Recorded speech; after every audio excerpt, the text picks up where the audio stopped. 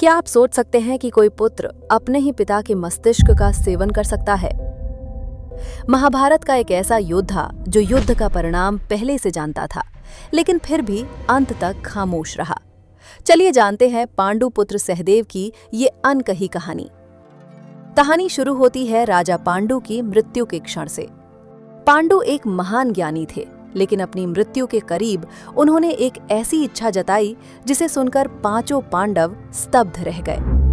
पांडु चाहते थे कि उनकी मृत्यु के बाद उनके पुत्र उनके मस्तिष्क को खा ले, ताकि उनका वर्षों का अर्जित ज्ञान उनके पुत्रों को मिल सके। लेकिन किसी भी पांडव में ऐसा साहस नहीं था, सिवाय सबसे छोटे पुत्र सहदेव के। जब पांडु की चिता जल रही थी, सहदेव आगे बढ़ा। उसने अपने पिता के मस्तिष्क के 3 हिस्से लेकर जंगल की ओर भाग गया। जैसे ही उसने पहला टुकड़ा खाया, उसे ब्रह्मांड के भूतकाल का ज्ञान हुआ। दूसरा टुकड़ा खाते ही उसके सामने वर्तमान की हर परत खुल गई, और जैसे ही उसने तीसरा टुकड़ा खाया, वो त्रिकालदर्शी बन गया। उसे भविष्य के पन्ने साफ दिखने लगे। उसे दिख रहा था कुरुक्षेत्र का मैदान, अपनों का खून और महाभारत का विनाशकारी अंत। तभी वहां भगवान श्री कृष्ण प्रकट हुए।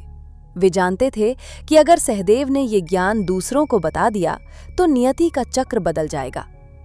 श्री कृष्ण ने सहदेव को एक कठोर चेतावनी और श्राप दिया। यदि तुमने भविष्य का ज्ञान किसी को भी बताया तो उसी क्षण तुम्हारी मृत्यु हो जाएगी। यही कारण था कि सहदेव सब कुछ जानते हुए भी मौन रहा। सहदेव का ज्ञान ही उसका सबसे बड़ा धर्म था, और वही उसकी सबसे बड़ी सजा भी। क्या आपको इस कहानी के बारे में पहले पता था? ऐसे ही अनसुनी और रहस्यमयी कहानी के लिए हमारे चैनल को सब्सक्राइब करना ना भूलें।